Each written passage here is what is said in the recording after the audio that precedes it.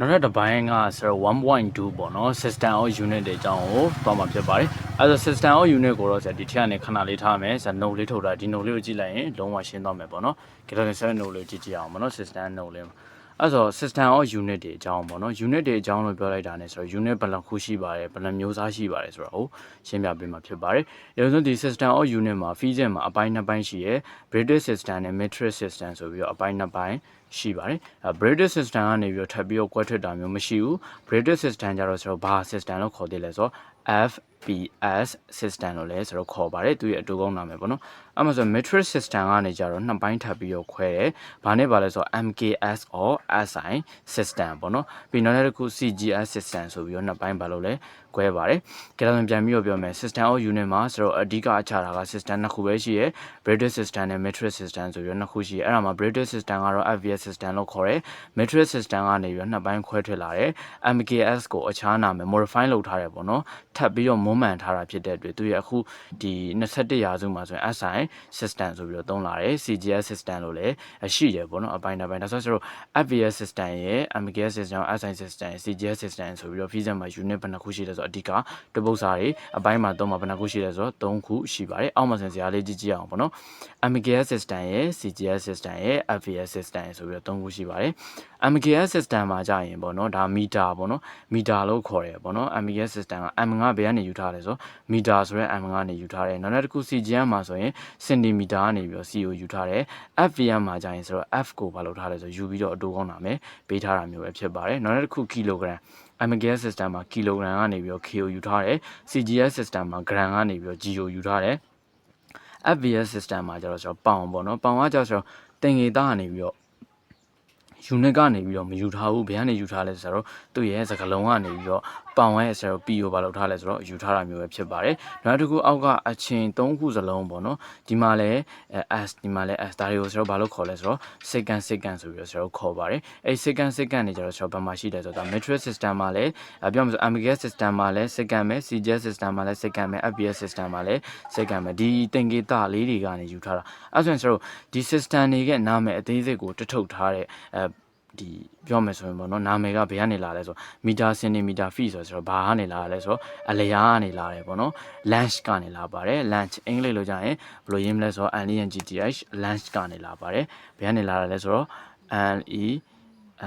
LENGTH land ကနေလာတယ်ပြီးနောက်တစ်ခုဆိုတော့ဒီကောင်က lunch ကနေလာတယ်ဒီကောင်ကြောင့်ဘာကနေလာမှာလဲဆိုတော့ mass ကနေလာတယ်ပေါ့နော်ဘယ်ကနေလာမှာလဲ mass ကနေလာပါတယ်ပြီးရင်ဒီကောင်ကြောင့်ဘယ်ကနေလာလဲဆိုတော့ time ကနေပြီးတော့လာထားပါတယ်ထိုင်းရဲ့ unit တွေပေါ့နော်ကဲဒါဆိုလို့ရှိရင်ဆိုတော့ကြည့်ကြည့်အောင်ပြန်ပြီးတော့ဆိုတော့ဒီ MKS system တွေ CGS system တွေ FVS system တွေဆိုတာသူတို့ရဲ့ unit တွေကနေပြီးတော့သူတို့ရဲ့နာမည်အတူပေါက်တွေကိုထုတ်ထားတာမျိုးပဲဖြစ်ပါတယ်အဓိက MKS ဖြစ်လာတာကဘယ်ကနေထုတ်ထားလဲဆိုတော့ lunch က match က time ရယ်ဆိုပြီးတော့အဲ့3ခုကနေပြီးတော့ခွဲပြီးတော့ထုတ်ထားတာမျိုးပဲဖြစ်တယ်ပေါ့နော်လမ်းဆိုရင်မီတာစင်တီမီတာ feet ဆိုပြီးတော့ဆိုတော့ရှိပါတယ်အမှန်ဆိုတော့ကြည့်ကြည့်အောင်မီတာကဘာ system လဲလို့ပြောရင်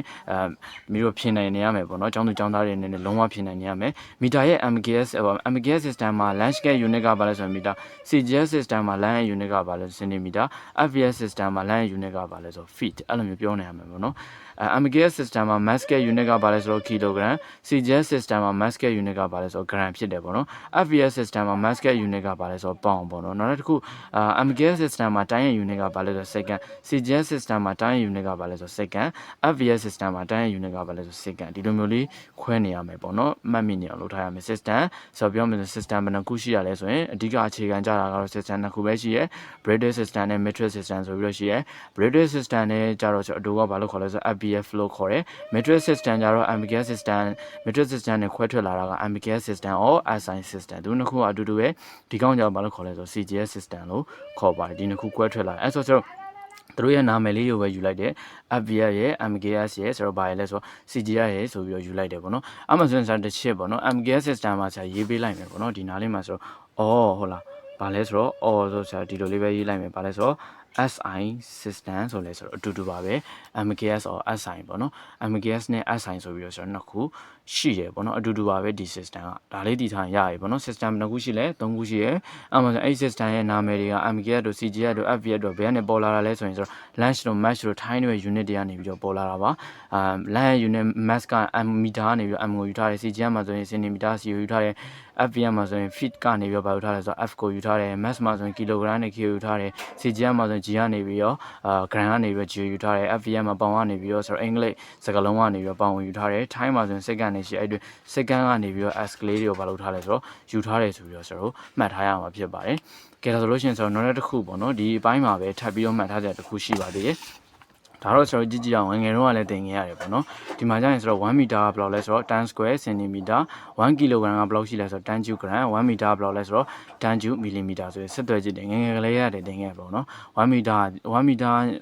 ဒီ10 centimeter ပေါ့နော်အဲ့လိုမျိုးနေဆိုတော့ကြည့်ခဲ့ရမျိုးတွေလည်းရှိရဲဒါပေမဲ့အတန်းကြီးလာတဲ့အချိန်မှာပေါ့နော်ဒီ unit တွေကို hobbit တစ်ပဲချင်းလိုက်တဲ့အချိန်မှာသူတို့ရဲ့ power တွေမှာဆိုတော့ဗာလေးပဲထည့်လိုက်လဲဆိုတော့အတန်းမြင့်လာတာနဲ့အများ power မှာ minor လေးတွေထည့်လိုက်တယ်ဒါဆိုတော့ခုနကတော့1 meter က10 square centimeter နဲ့ညီရဲဆိုရင်1 centimeter ကျရင်ဘယ်လောက်မီတာနဲ့ညီမှာလဲဆိုတော့ခုန square မှာ minor ထည့်လိုက်တယ် unit ဟိုဘက်တစ်ပဲရွှေ့လိုက်တယ်1 centimeter equal to 10 square meter ဆိုပြီးရေးလိုက်တယ်ဒီမှာဆိုလို့ရှိရင်လည်း1 kilogram က10 gram ရှိရဲဆို gram ကိုဒီမှာ1 gram ထားလိုက်မယ် kilogram နောက်ကိုပို့လိုက်တဲ့အခါမှာသူတို့ရဲ့ power တွေက minor လက္ခဏာပြောင်းသွားတယ်ဒီမှာဆိုရင်1 meter equal to 10 millimeter ရှိအဲ့ဒီ unit တွေကိုအရှင်းအောင်ရွှေ့လိုက်တဲ့အချိန်မှာဆိုလို့ရှိရင်လည်း1 millimeter equal to 10 power -3 လေးတက်လိုက်ရုံပါပဲအဲ့မှာ -3 တက်တဲ့အခါမှာလည်းအပေါ်ကအတိုင်းတက်တာမဟုတ်ဘူးဒီနောက်မှာရှိတဲ့ unit တွေကိုအရှင်းအောင်ဘာလုပ်လိုက်လဲတော့ချင်းပြီးမှတက်တာပါဒီကောင်တွေကိုအလွတ်ရအောင်ဘာလုပ်ထားရမလဲဆိုတော့ကြစ်ထားရပါမယ်ဒါကဆိုတော့ဒီ 1.2 ရဲ့အပိုင်းမှာပါတဲ့ဟာပေါ့နော်အဲ့ဆိုရင်ဆိုတော့ 1.2 ရဲ့အပိုင်းကဒါပါပဲဆိုတော့ဒီ textbook ထဲကပြောထားတာကတော့ဒီအပိုင်းတွေကိုပဲပြောထားတာမျိုးပဲဖြစ်ပါတယ်ဒီမှာဆိုလို့ရှိရင်ကြည့်ကြည့်အောင်ပါဒီအောက်ကဇာတ်လေးပေါ့နော်ဒီအပေါ်ကတော့ဆရာခုနရှင်းလိုက်တဲ့အထက်မှာအကုန်လုံးပါသွားပြီကဲဒါဆိုရင်ဒီမှာကြည့်အောင်ပေါ့နော်အောက်ကကျရင် physical quantity ရှိရဆိုတော့ physical quantity ဆိုတော့ 1.1 တုန်းကလည်းသင်ခဲ့ရတယ်လေနာမည်တွေမှန်တယ်မြပြင် symbol ရှိရ unit ရှိရအဲ့ဆို lunch က symbol ကဘာလဲဆိုတော့ LDS etc အများကြီးသုံးတယ်ပေါ့နော်တချို့ဆိုလို့ရှိရင်လည်း N သုံးတယ်တချို့ဆိုရင် D သုံးတယ် S သုံးတယ်အများကြီးရှိတယ်သူ့ရဲ့ unit ကဘာလဲဆိုတော့ meter N လို့မှတ်လို့ရပါတယ်ရအောင်အလွတ်ကြည့်ထားမယ်ပေါ့နော်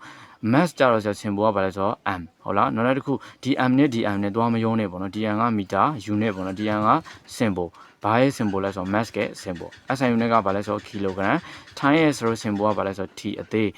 SI unit ကဘာလဲဆိုတော့ second နောက်တစ်ခု electric current ရဲ့ symbol ကဘာလဲဆိုတော့ I အကြီးပေါ့နော်သူ့ရဲ့ unit ကဘာလဲဆိုတော့ ampere temperature ရဲ့ symbol ကဘာလဲဆိုတော့ T အကြီးသူ့ရဲ့ unit ကဘာလဲဆိုတော့ Kelvin K အကြီးပေါ့နော်နောက်တစ်ခု amount of system ကြတော့ symbol ကဘာလဲဆိုတော့ N ပေါ့နော် N အသေးလေး unit ကဘာလဲဆိုတော့ mole ပေါ့နော် MOL လေးမှာဆို MOL လေးပဲ E ကိုဖြုတ်လိုက်တယ်ပေါ့နော်နောက်တစ်ခု luminant energy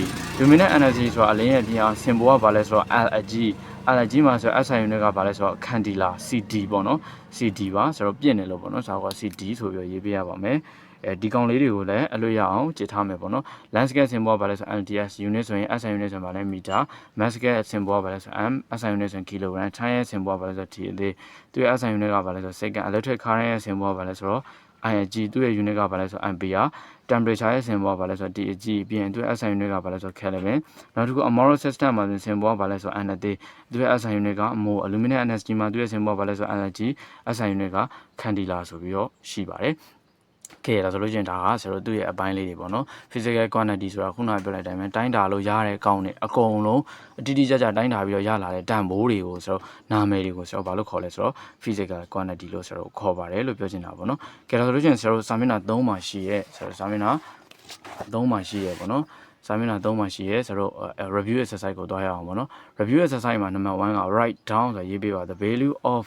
နံပါတ် A က1564 mm ကိုတဲ့မီတာတို့ပြောင်းပေးပါတဲ့ amp ရောတဲ့နံပါတ် B ကျတော့1750 gram ကိုကီလိုဂရမ်ကိုပြောင်းပေးပါတယ်အဲ့ဆိုတော့ unit တွေကိုဘာလုပ်ခိုင်းတာလဲဆိုတော့ပြောင်းခိုင်းတာပါအဲ့ဒီလွယ်ပါတယ်ပေါ့နော်ဆိုတော့ unit တွေကိုပြောင်းခိုင်းတယ်ဆိုတော့အဲ့ဒီစစ်သွယ်ချက်တွေကိုရနေဖို့လိုတယ်အဲ့ဆိုရင်နံပါတ် A ကိုစာပြီးတော့တွေ့မယ်ဆိုရင်ဒီမှာပေါ့နော်1564 mm မှာဆိုရင်ဆိုတော့ဘယ်လိုတွေ့မလဲဆိုတော့ပု္ပ္ပစာရင်ကူးလိုက်မယ်